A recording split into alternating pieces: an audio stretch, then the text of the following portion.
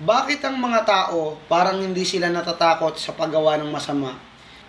Yung kasi ang inilagay ng demonyo sa kanyang isip, simula nung magapos kasi ang tao ng kasalanan, yun ang nilagay sa kanyang isip.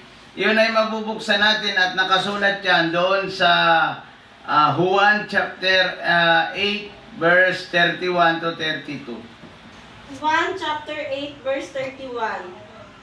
Sinabi naman ni Jesus sa mga Hudyong naniniwala sa Kanya, kung patuloy kayong susunod sa aking turo, kayo ay tunay na mga alagad ko. Makikilala ninyo ang katotohanan at ang katotohanan na magpapalaya sa inyo. Yun. Simula nung nagapos ang tao ng kasalanan, sabi ng Panginoon, makikilala ninyo ang katotohanan. At yan ang magpapalaya sa inyo. Correct. Mapapalaya ka ng katotohanan kung tatanggapin mo ang ating Panginoong Hesukristo at maghihingi ka ng patawad sa Kanya. Kung ang tao ay magsisisi sa kasalanan at tatanggapin ang ating Panginoong Hesukristo na bilang tagapagligtas at Panginoon ng kanyang buhay, maliligtas siya. Yun ang pangako ng Biblia. Kaya ang tao ay patuloy lang na nakasubsob at hindi iniintindi ang Diyos dahil siya ay nagapos ng kasalanan, Roger.